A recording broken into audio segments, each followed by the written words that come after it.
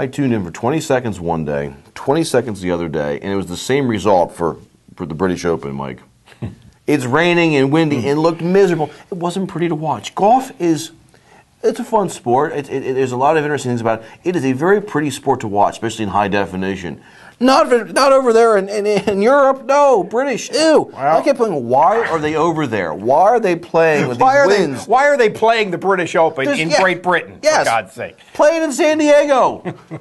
Get a good sponsor. Have British Airlines sponsor.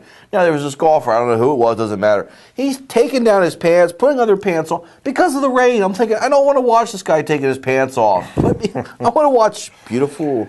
Well, this is flowers, something that I know what you're saying. This is something that seriously, it has always made golf is such an acquired taste, and the way to acquire it is to play it.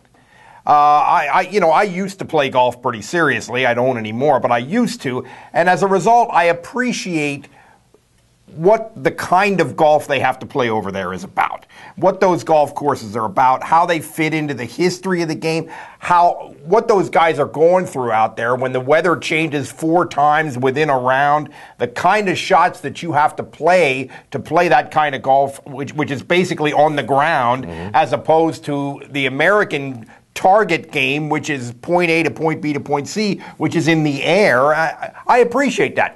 How somebody appreciates that who has never tried seriously to play golf, I have no idea, and that's the position you're in. I mean, golf, I suppose, has to appeal to some of people from that side of it in order to create a mass audience. But I've never understood why people watch golf who don't play golf, and I think you're getting close to the reason why. To me, it's fascinating. It's endlessly fascinating. I love the major championships in golf as much as I enjoy any sports event. There's so many stories that go through the week, and then after it's over. I'm writing a blog right now, which I always do after every major championship, a blog piece about the British Open post-mortem and talking about what it all means in terms of going forward for these players.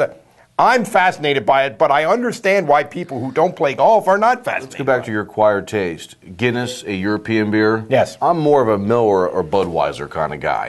Okay? There you go. But one of the European players who's the fast risers are probably the biggest name right now other than Tiger, Rory McIlroy.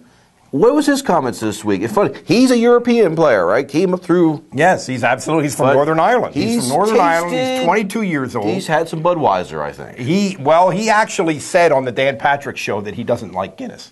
He's a Heineken guy, which is it's interesting that you brought that up because I just happened to hear him say that. But anyway, this is McIlroy saying after the round he was very frustrated. And one of the things that happens in the British Open is the pairings. What tee times you have, especially those first 2 days when you either play early or play late, can have a huge factor in terms of what kind of weather you hit. And he did hit the worst of it, but he played with Ricky Fowler the first 3 days. So he played in the worst of it also and was right in it going into Sunday. So that doesn't really, it's not an excuse, but McIlroy just said, hey, I like 80 degrees, no wind, no rain.